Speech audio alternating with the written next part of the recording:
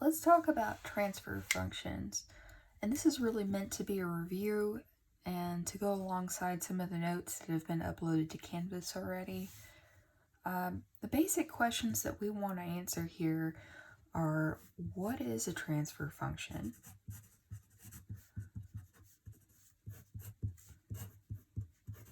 And then also, where does it come from?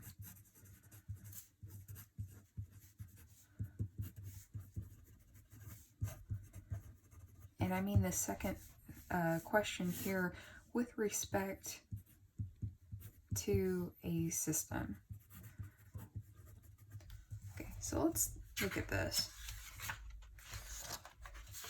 Alright, so if we think about systems the way that we've been looking at them so far, say we have an example where we have like a y double dot plus an ay dot plus a by equals u. Okay, so we've got a system like that.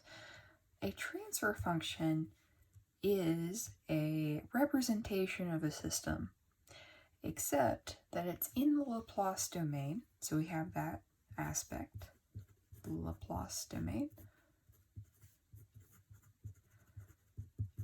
And then also it's an expression in a ratio format.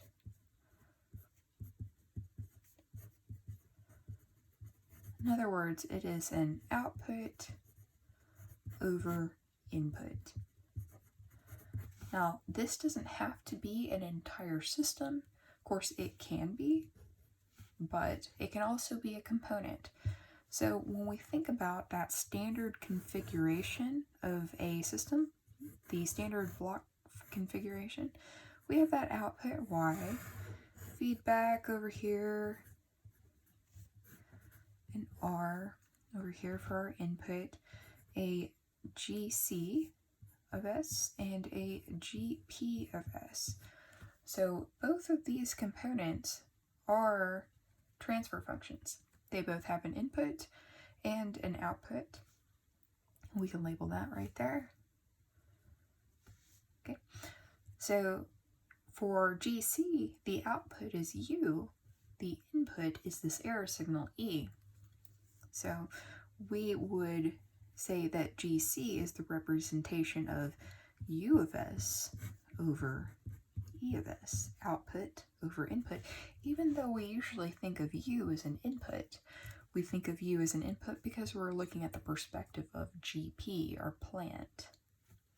Okay, and of course, if we were talking about, let's go ahead and finish labeling this. If we're talking about GP, then of course GP is that expression y of s over that input u of s, output over input.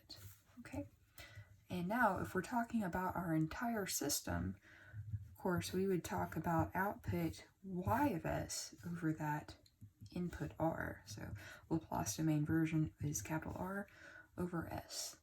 And this would be our G closed loop. We would close that feedback loop, and this GCL transfer function would replace this entire middle section. Input would be the R and output would be the Y, and we could just make one block, and that would be our entire system. Okay, this is also, in this case, we could talk about equivalent transfer functions. And so when you have an equivalent transfer function, you are combining one or more blocks and you're replacing it with something that is mathematically the same, but maybe it's a little more condensed. Maybe it's a single transfer function that's replacing several transfer functions. Okay, all right, so let's back up a bit here. We got talking about equivalencies, and that's not really the route I want to go. I'm going to say we have this system right here. This is in the time domain. We can write u of t right here, y of t, and so forth.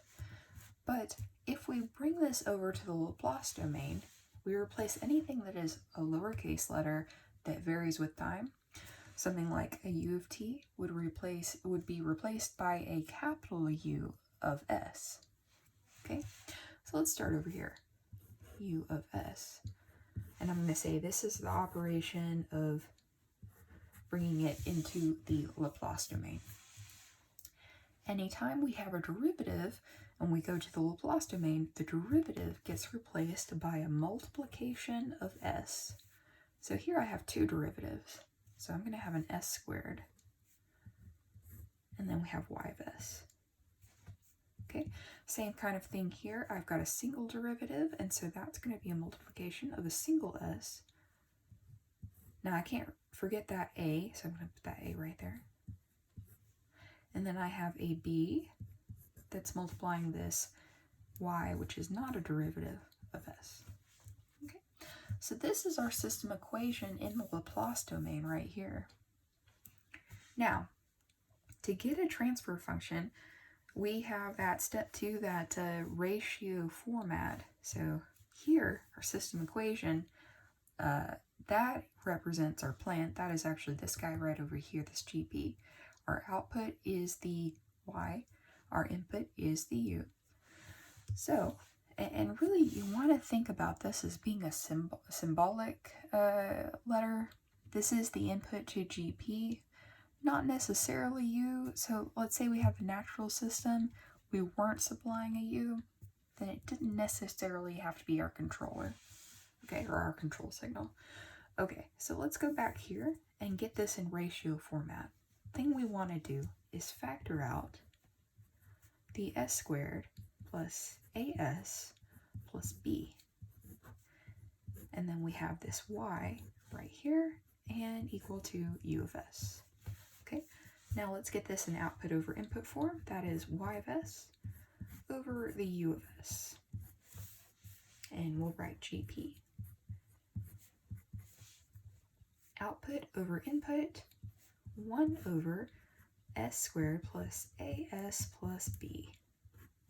Okay, so that is our expression given this system right here in the time domain. This is the transfer function that represents that system. This is our plant.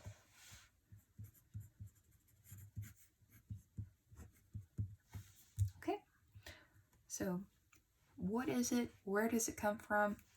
Laplace domain representation of our system plant or of a system, and it has a ratio format. We can have a transfer function for our controller. This is called the compensator block. We can have a transfer function for our plant, the GP plant block, and we can also have a transfer function, a G equivalent that replaces any part or couple of parts of our system. We can build that, or we can have a G closed loop that encompasses the entire loop, the entire feedback of that system and replaces all of it. So I'll just make this dotted line right here, and everything that is within it can be replaced by that closed loop transfer function.